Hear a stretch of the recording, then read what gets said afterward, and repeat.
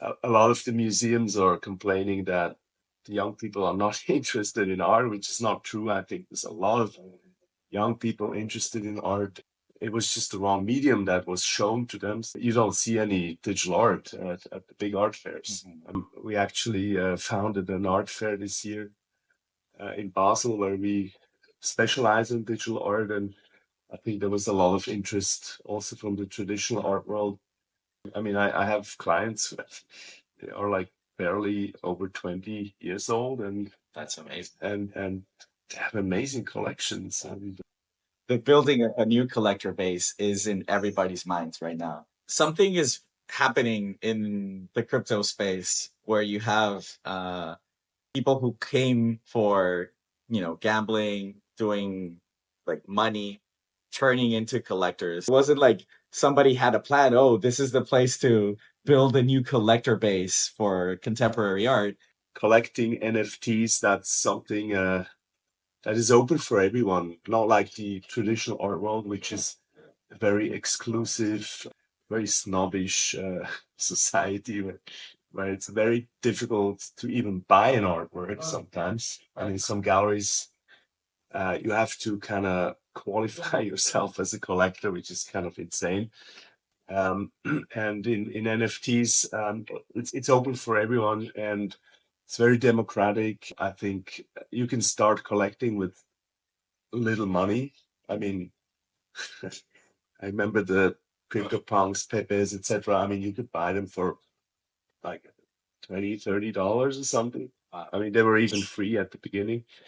I mean, it's a really, really interesting time and opportunity to collect as well.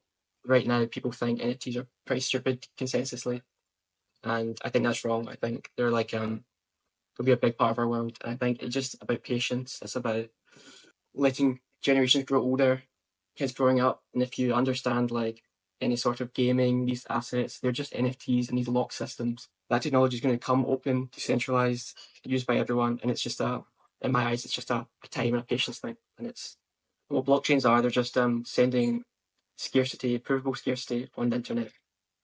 And when you look back from 100 years from now, is there going to be a scarcity layer on top of the internet? You're going to be like, yes, of course, that makes a ton of sense. So that is what NFTs are. That's what crypto is.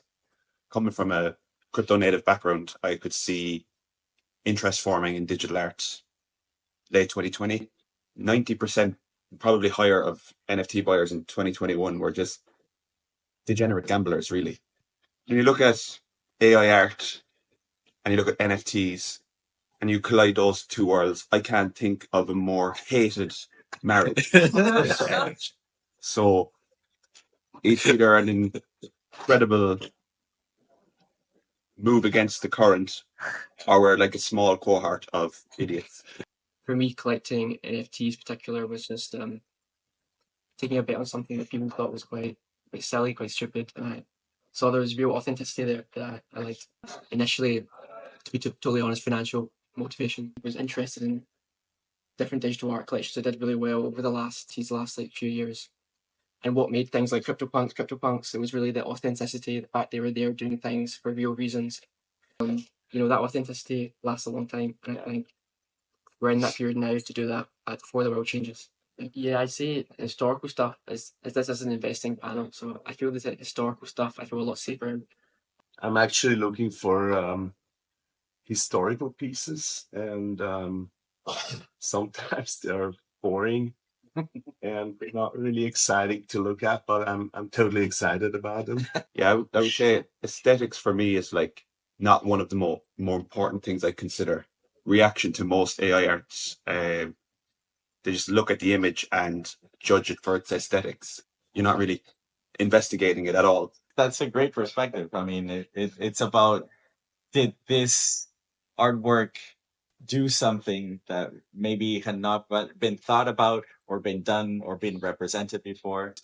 I first started messing around with Midjourney in 2022, really. That's my first personal experimentation. I'm not an artist. Just wanted to make funny images, just like a normal user. And then I guess I wanted to figure out the history of this. Where did this come from? How did it start? I mean, I'll stick with AI art, but I'd also have an interest in like the crypto art history and how crypto art and digital ownership evolved over time. I don't know what it's going to look like in the next year or two. A few years ago, what ChatGPT can do now would blow people's minds. But Yeah. after 2 weeks of using it, you like take it for granted.